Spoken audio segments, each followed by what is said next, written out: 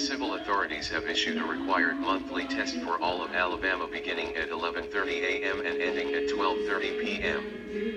This is a coordinated monthly test of the broadcast stations in your area.